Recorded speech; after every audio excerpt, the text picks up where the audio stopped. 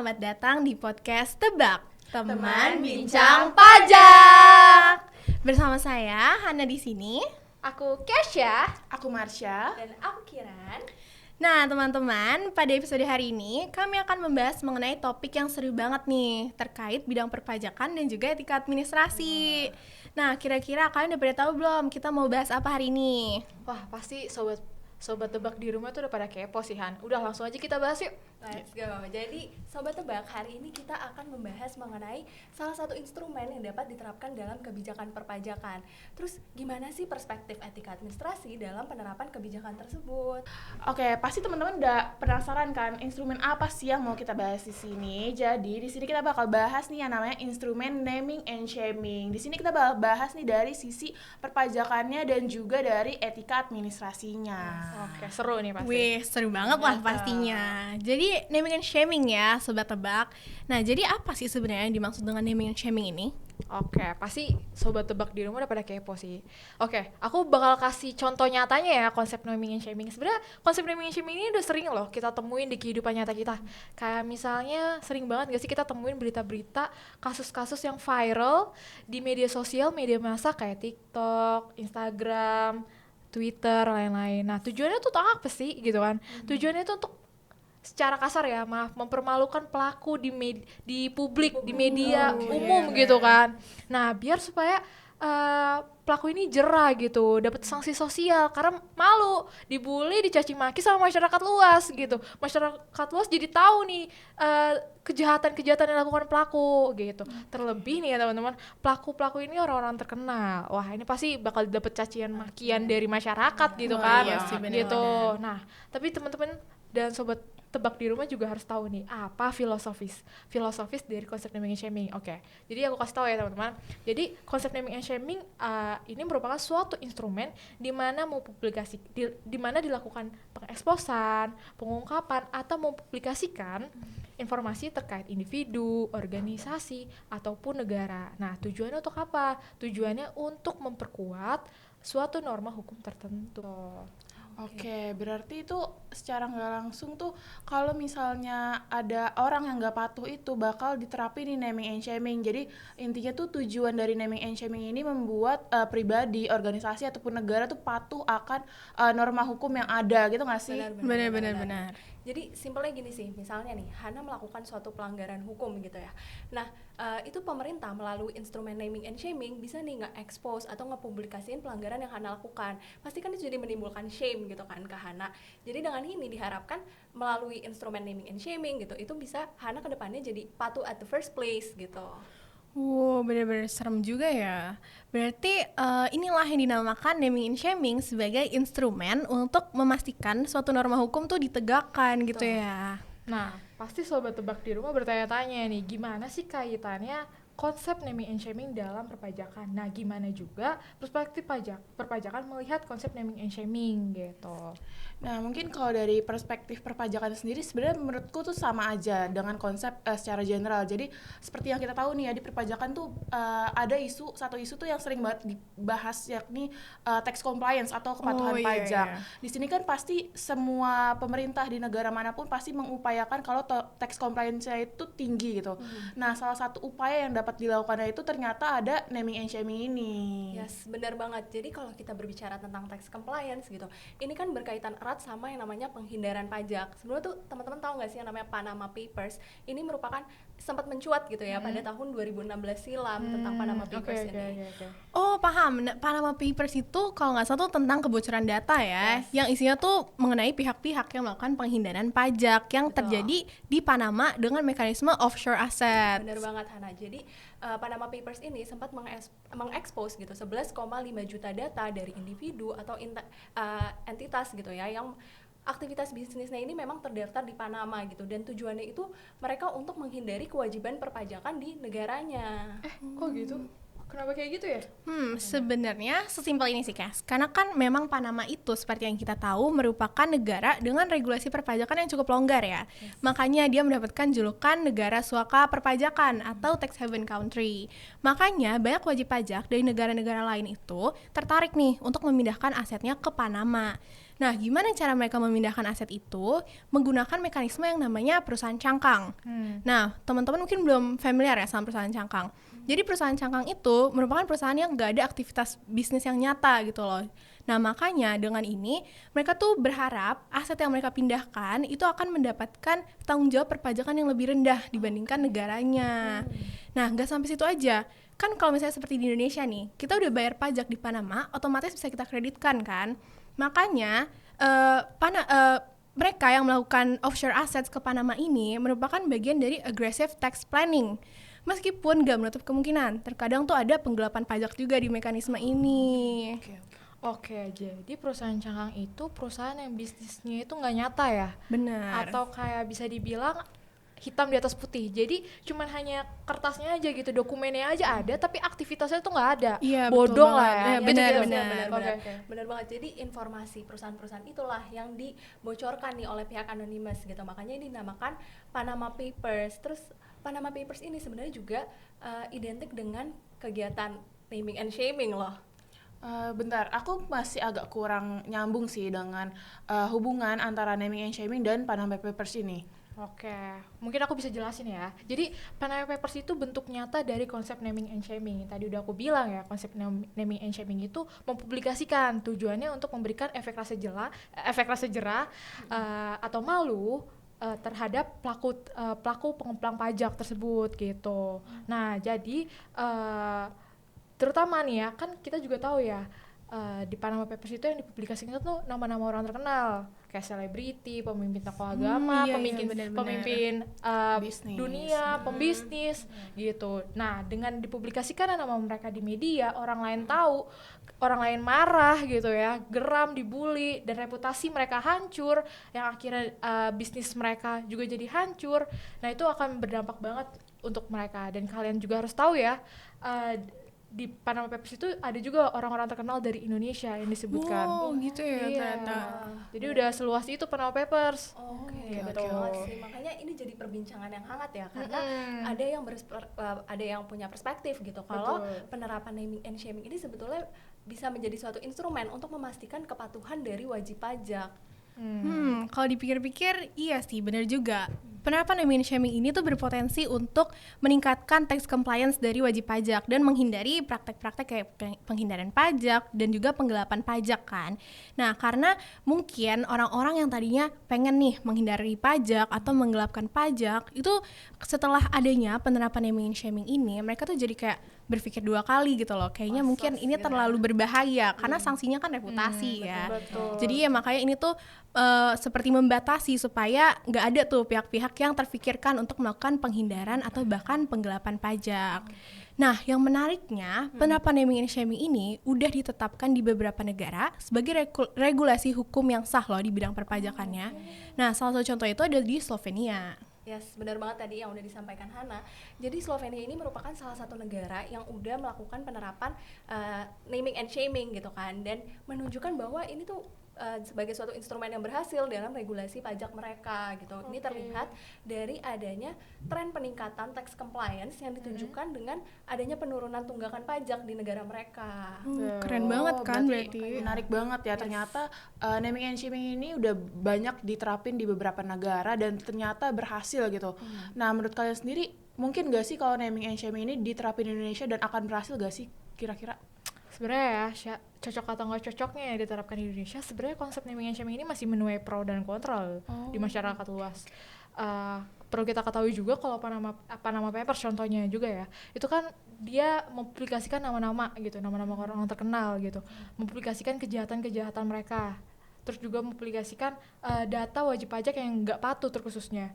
Nah, di satu sisi kita juga harus tahu nih bahwa yang dipublikasikan itu juga terancam pada mempublikasikan nama wajib pajak, data wajib pajak itu sendiri gitu. Data pribadi ya. Betul, data pribadi. Nah ini kan bisa menimbulkan masalah baru ya, bisa menimbulkan masalah baru pada kerahasiaan wajib pajak itu sendiri, dan juga bisa malah kita kan juga punya hak ya atas kerahasiaan data pribadi gitu. Oke, berarti balik lagi ini sebenarnya masih jadi suatu dilema etis ya Betul. dalam menerapkan instrumen naming and shaming gitu, karena ada data-data wajib pajak yang akan dipublikasikan gitu.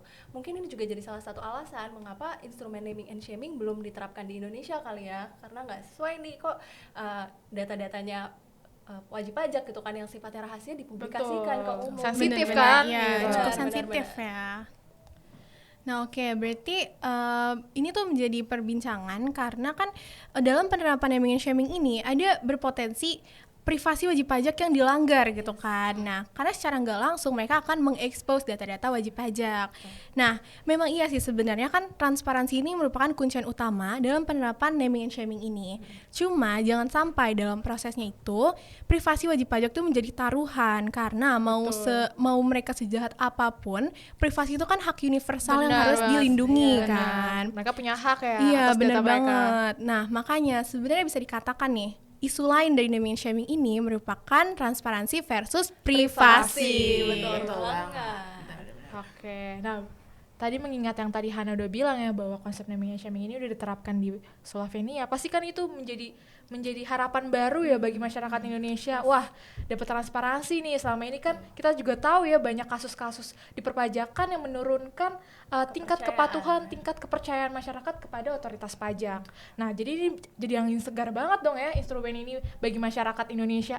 Tapi sobat yang tadi udah Hana, Marsha dan Kiran sebutkan mengenai pro dan kontra itu menjadi menjadi evaluasi lah bagi pemerintah Indonesia untuk diterapkan di Indonesia itu seperti apa yang idealnya. Karena kalau misalnya kita hanya bertumpu pada kesuksesan pelaksanaan naming and shaming di Slovenia, pasti kan tentunya beda ya, secara culture-nya beda, sistem pemerintahannya, Perpajakan di sini pajaknya beda. Nah itu perlu ada dilakukan pengkajian ulang, riset lebih mendalam oleh pemerintah Indonesia, dan pemerintah Indonesia juga perlu memperhatikan hak-hak wajib pajak, maupun meskipun pelaku tersebut juga tetap harus diperhatikan ya data kerahasiaannya gitu. Jangan sampai malah merugikan wajib pajak itu gitu.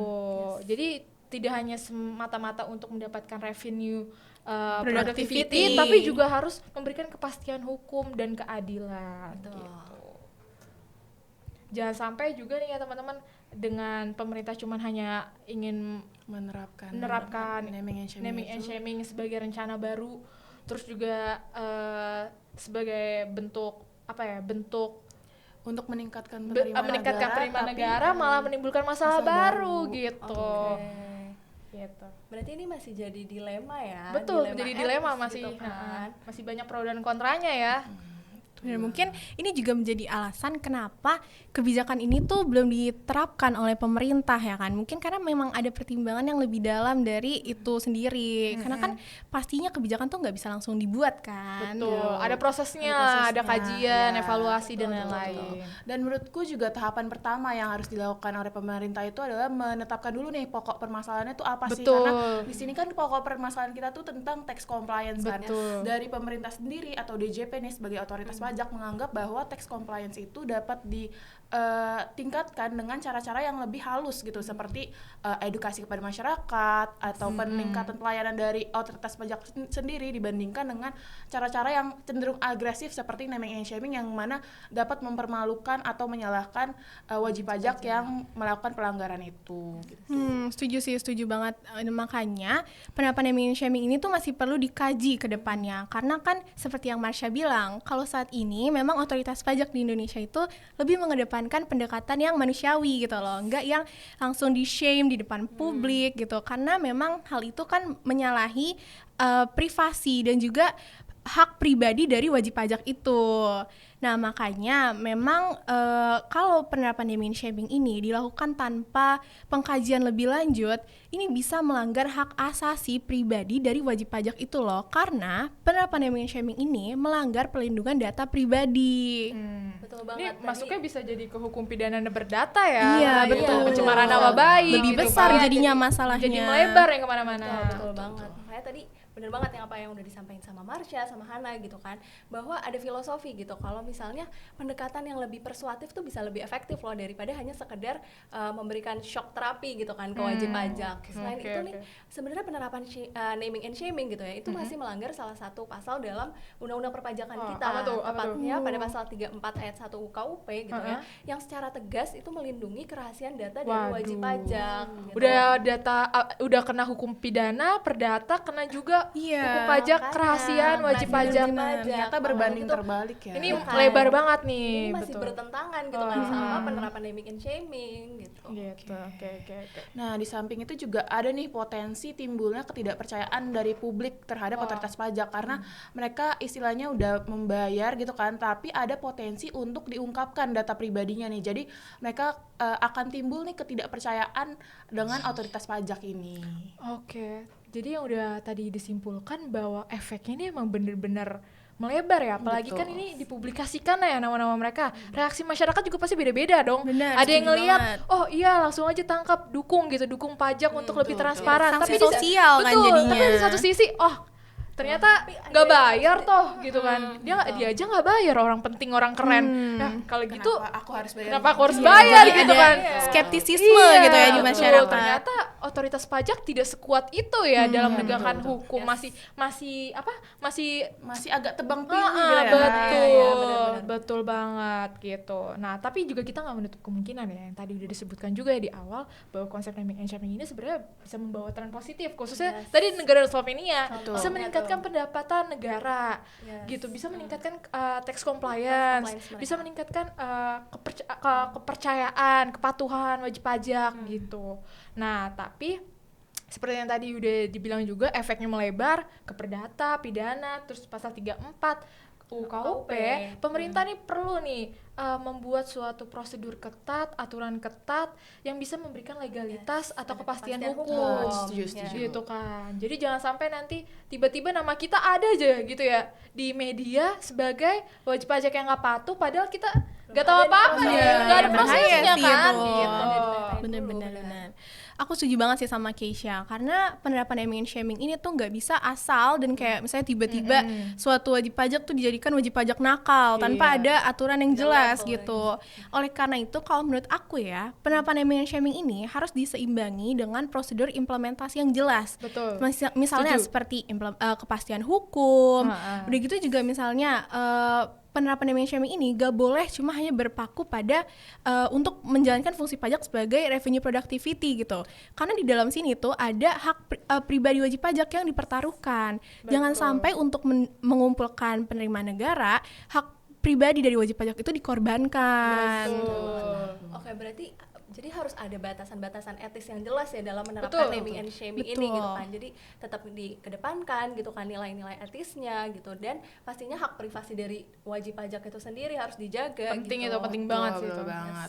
Nah, menurut aku batasan-batasan itu perlu kita terapkan dengan mempublikasikan atau mengungkapkan data-data yang dari wajib pajak yang nggak patuh itu dengan data-data yang relevan aja nih dengan isu yang dipermasalahkan. Jangan sampai data-data yang dipublikasikan itu adalah data-data yang udah nggak relevan sama isunya. Jangan sampai pempublikasian itu malah merugikan pihak-pihak lain yang sebenarnya nggak berhubungan nih sama kasus yang diangkat itu. Nah, bener banget nih Hana, Mas Syakira. Nah, sobat tebak di rumah juga harus tahu nih, kalau misalnya efek-efek tadi kan udah disebutkan ya, perdata, pidana, pasal 34, terus juga malah menurunkan kepercayaan, melebar pajak kemana-mana. jadi kemana-mana. Tapi ada satu lagi nih teman-teman, efeknya.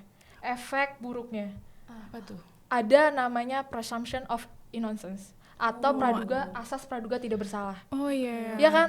Gimana kayak misalnya nggak ada prosedur khusus, nggak ada persidangan, nggak ada proses hukumnya, tiba-tiba nama kita ada gitu di media. Wah, itu sih parah kan. Apalagi kalau misalnya nggak bener gitu kan. Iya benar-benar. Ya kan jadi pencemaran nama baik gitu, asas praduga tidak bersalah. Nah, ini pemerintah perlu lagi nih dikaji ulang. Kita mention lagi ya bahwa pemerintah perlu lagi mengkaji ulang, melihat lagi gimana kondisi real di di Indonesia masyarakat. ini. Karena kan masyarakat kita maaf aja ya, tingkat literasi di Indonesia kan masih kurang. Jadi apa yang dibaca itu yang langsung ditangkap gitu. Oh, ini nih salah, langsung dihakimin. Padahal seharusnya kita harus baca dengan harus detail kritis ya. gitu, apa benar gitu kan, apa buktinya gitu kan, apakah ini dipublikasikan oleh media yang tepat, media pemerintahan atau malah media swasta yang kita nggak tahu tujuannya apa gitu betul, kan. betul, Makanya betul. perlu lagi dilihat lagi gimana kondisi masyarakat tuh seperti apa gitu, jangan sampai nanti melebar kemana-mana gitu. Cuman kita jadi kita jangan pikirnya kayak untuk pendapatan negara nih, untuk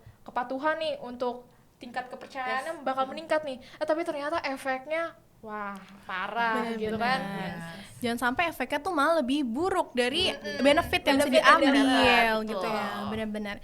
Nah aku juga cukup setuju sih, karena kan tadi Keisha bilang ada presumption of innocence ya, jadi asas praduga tidak bersalah, dimana suatu individu tuh tidak bisa dikatakan bersalah sampai diadili gitu, seadil-adilnya gitu. Nah makanya tadi Marsha juga udah bilang, dimana ada batasan etis mengenai data-data yang diungkapkan itu harus yang relevan. Aku juga setuju sih, dan aku mau menambahi, kalau misalnya pendapat naming and shaming ini juga harus dilihat dari sisi pengumpulan informasinya. Betul. Di mana cara-cara yang dilakukan oleh otoritas pajak itu harus cara yang sah, legal dan manusiawi. Jangan sampai cara-cara yang dilakukan ini melanggar hak privasi seperti yang tadi kita udah bahas, dan juga menggunakan cara-cara ilegal. Contohnya kayak hack atau menggunakan device yang tersembunyi gitu loh. Betul banget, ini penting nih, harus di notice nih sama pemerintah ya. Ditekankan ya ini. Benar, karena malah bisa menimbulkan masalah etis jadinya. Nah selain itu juga menurut aku perlu banget nih keterlibatan dari wajib pajak yang nggak patuhnya itu juga. Jangan sampai wajib pajak yang nggak patuhnya itu nggak tahu kalau ternyata dia bakal dipublikasiin nih datanya. Jangan sampai tiba-tiba dia terekspos padahal dia nggak dilibatin kayak oh aku salah gitu. Harus gitu. izin dulu ya, harus iya, persetujuan betul, gitu. Oke. Nah, kayak gitu cukup bahaya sih kalau misalnya nggak ada persetujuan dan perizinan lain-lain gitu, malahan bisa menimbulkan masalah baru ya yang tadi udah dibilang ya, kayak nggak tahu apa-apa, nggak ada prosedur, tiba-tiba nggak ada salah tiba-tiba gitu. tiba-tiba namanya udah tercentang di situ kan. Wah, Udah patuh. wah itu merugikan sih, apalagi kita tahu juga kan pelaku-pelakunya itu malah orang-orang terkenal yang pastinya aset bisnisnya juga banyak. Jadi mana-mana terkenal. Bayangin aja itu bakal berdampak ke bisnisnya, ke ekonominya, ke pekerja-pekerjanya dan lain-lain gitu. Nah itu bakal menimbulkan efek berganda bagi pemerintah itu sendiri. Betul. Gitu. Oke. Terus juga kalau misalnya nih pemerintah tanpa aba-aba yang jelas tiba-tiba menyatakan bahwa suatu individu itu melakukan pelanggaran pajak dan mereka mempublikasikan itu, kan otomatis mereka tuh akan muncul ketegangan ya di antara wajib pajak dengan otoritas pajak gitu. Nah apalagi kalau misalnya ternyata setelah dikaji ternyata tidak bersalah, wah itu kan sangat merugikan ya teman-teman. Nah makanya hubungan yang baik dengan antara wajib pajak dengan otoritas pajak ini tuh sebenarnya berperan penting banget loh. Karena kalau misalnya wajib pajak udah memiliki attitude yang positif dari awal, otomatis dia tuh akan patuh secara sukarela. Nah, attitude positif ini didapatkan dari hubungan yang baik dengan otoritas pajak gitu loh. Oke, berarti memang kalau ketika ada hubungan yang tidak baik ya antara wajib pajak dengan otoritas pajak gitu, itu kan jadi bisa menimbulkan resistensi gitu ya dari wajib pajak gitu. Bisa-bisa WP jadi makin gak kooperatif lagi ke depannya gitu kan. Nah, maka dari itu nih kita sebagai rakyat Indonesia menyarankan ya kepada pemerintah untuk mengambil langkah yang tepat nih, jangan sampai salah langkah dikit, karena kalau misalnya salah langkah dikit aja tuh bisa berdampak negatif nih bagi hasilnya. Yang tadinya kita efeknya yang tadi kita jelasin tadi tuh. Betul, yang tadinya kita mau meningkatkan tax compliance dan penerimaan negara malah timbulnya ketidakpercayaan dan juga menurunnya penerimaan negara gitu. Oke, berarti bisa kita simpulkan bersama ya bahwa sebenarnya penerapan naming and shaming ini tuh potensial gitu ya untuk bisa meningkatkan kepatuhan pajak gitu, tapi pastinya harus dengan tetap memperhatikan gitu kan nilai-nilai etisnya Iya, gitu. betul. Perlu Dan ada harus pertimbangan-pertimbangan. kepastian hukum Betul. yang memadai juga gitu kan. Iya. Nah, dan juga dalam proses implementasinya prosedurnya itu harus jelas karena Betul. supaya itu kan dua arah ya, jangan Iya. sampai itu cuma satu arah, Betul. wajib pajak langsung di-expose gitu loh. Betul. Bener banget. Nah, kalau menurut pandangan dari Sobat Tebak, gimana nih? Setuju nggak dengan penerapan naming and shaming di Indonesia? Komen di bawah ya. Iya. Waduh, waktunya ternyata Ternyata udah sampai udah di habis selesai ya. ya. Wah, ujungnya. kasihkan Nggak kita. terasa ya Iya, nggak kasihkan terasa. karena waduh pembahasannya ini Seru banget seru ternyata. banget ini sangat-sangat kompleks gitu ya. Betul. Melibatkan masyarakat dan lain-lain gitu. Oke, jadi kita sudahi ya hari ini podcast kita hari ini. Semoga apa yang kita sampaikan itu bisa bermanfaat nih bagi sobat pajak, bagi sobat tebak di rumah. Saya Marsha. Saya Kesha. Saya Kira. Dan saya Hana, kami dari podcast Teman Bincang Bincang Pajak, Pajak. pamit undur diri. Sampai jumpa. Dadah. Sobat Tebak.